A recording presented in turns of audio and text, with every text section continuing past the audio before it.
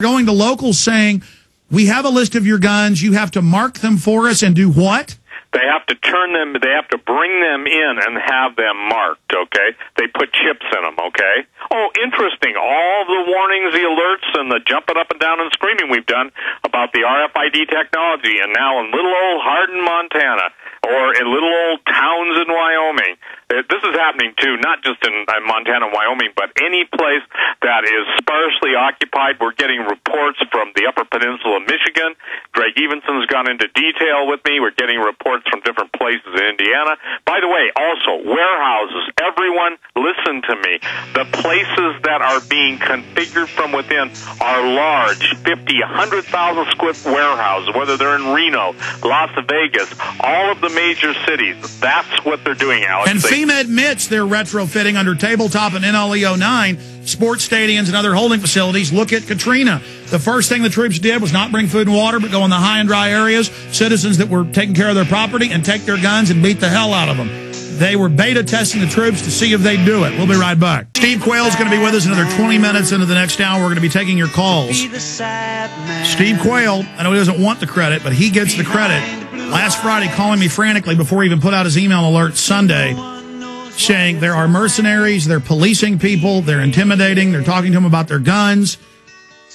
And I was getting the messages and didn't call him back. I meant to. I just get so much going on. It's like I'm in a batting cage with 100 balls flying at me every minute, trying to swing at them all, finishing up the Charlie Sheen situation with 9/11, finishing up this phase, finishing up Fall of the Republic. It's now on pre-sale at Infowars.com. And then I see the local newscast and everything, and all the pieces went, whoa. If you just joined us, we're going to go to phone calls here in just a moment. You said the locals are getting angry and upset. I mean, they have the local community leader, the mayor, on the news saying, we don't know why they're running the camp. We don't know what it's for. We don't know why they're saying there are police now. I mean, this is on so many fronts. And then you add the part about bring your guns in. We've got to mark them. I mean, this is Red Dawn. Red Dawn, but I think it's Red Dawn for the whole country, not just Hardin, Montana, okay? Because, again, the thing is that I don't think people get it, okay? The northern borders are being shut off. Ladies and gentlemen, most people, as things break loose, and Alex, on, obviously Texas and New Mexico, Arizona, California, Florida, the entire Gulf Coast, is going to be a landing zone. But I don't think people realize that it's already anticipated that most Americans who will want to flee the tyranny. And by the way, this is an open joke in the international espionage community. It's an open joke that the Americans have bragged about freedom and liberty and their Second Amendment rights, and I've heard them go to me, but it is happening under your right before your eyes, Steve. This is a guy that speaks Russian, very good English, okay? He says, you wonder how we could put up with it. Look what's going to happen to you. And Alex, that I can't argue, okay? The thing that you've got to know, too, this is just coming in from a military source. All military medical training, Army, Air Force, Navy, Marines, is being moved to San Antonio and it's being moved out of all the D.C. area and other target cities. So I'm telling you, point blank, we are going to see a false flag event. I don't know if it's tied in with the Israeli-Iran thing. I don't know, but I'm telling you this. It's not just going to be a single issue. It's going to be multiple issues concurrently going off at the same time. Steve, this is so incredible. We found a bunch of YouTube videos of this giant federally FEMA-built center. The locals say we don't know why foreign mercs are manning it or posing as police. We're going to get those added to Paul Watson's story that's on Infowars.com and PrisonPlanet.com. We're going to post that again as our top story. I want to go to some phone calls now from people that say they have specific intel on this or other similar areas. Steve in Texas, you're on the air with Steve Quayle. Go ahead. Yeah, hey, Alex. I want to let you know, and Steve also, I actually, once I saw this article on your site and heard you report and I watched the video and everything, I actually got the information. I sent you a fax about an hour ago because I couldn't get through. I called the Bighorn County, Montana Sheriff's Department, and I'll give you that number again if you want it. I had it on the fax, but I talked to a woman that works directly with the head sheriff. She said he wasn't in today, And I brought this up, and when I politely mentioned to her, I was very polite, of being made aware of the APF invasion of Hardin, she immediately responded, "It's fake." I said, "What?" She said, "It's fake." I said, "Ma'am, I saw the newscast there. They have vehicles there with this logo on there saying Hardin Police."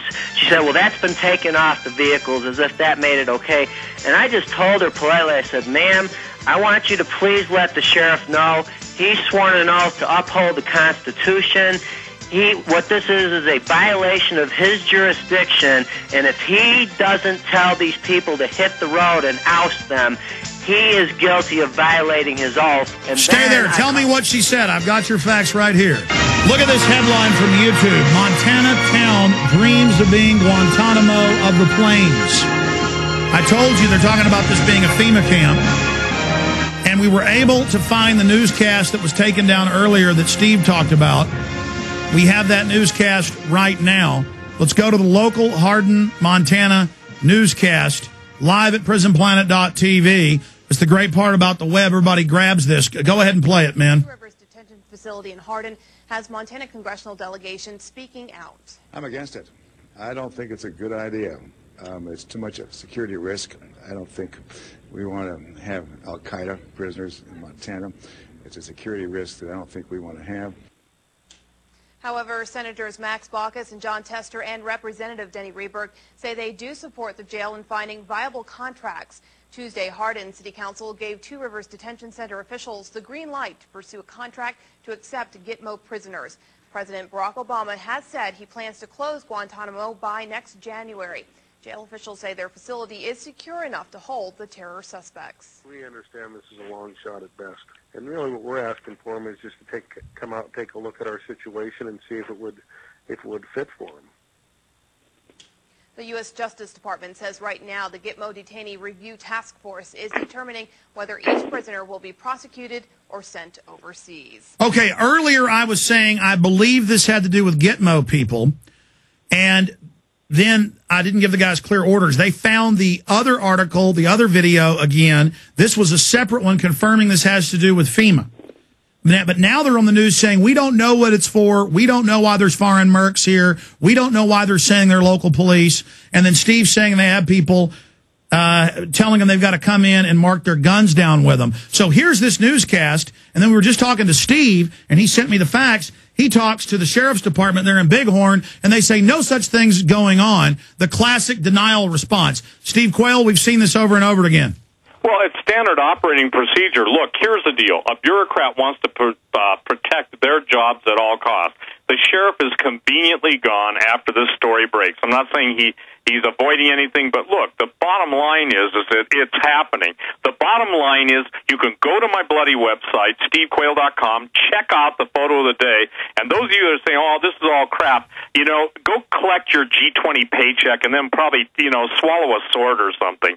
Alex, it's happening right now. It's happening before our very eyes. It's not just happening in Montana and Wyoming, but this thing in Hardin is the most visible because that was the city of Hardin wanted to fill this unusual prison complex. And by the way, in Bozeman, we don't have enough space for our prisoners. Most of Montana, even as the local state prisoners, we don't have enough room for. So the thing that's interesting is that there is a reason why this thing was built, and the funding for it should. How does a little town like Hardin come up with $27 million to build a thing? Somebody says a bond offering. Somebody has to buy those bonds. If you follow the money, you follow the intent. The money indicates the intent. So I don't care if one man lies, another one swears to it, and everyone says, yeah, these guys are telling the truth. A lie is a lie, and it is what it is, and it's happening, and the people that are absolutely behind the American police force are absolutely known to the intelligence community. It is a major black op connected with martial law and the imprisonment. Well, Steve, we know in Serbia they've had black sites, the secret ghost sites with the kidnap, snatch and grab people. Absolutely. We know that they're in Tajikistan, Uzbekistan, Pakistan. We know they're in Egypt.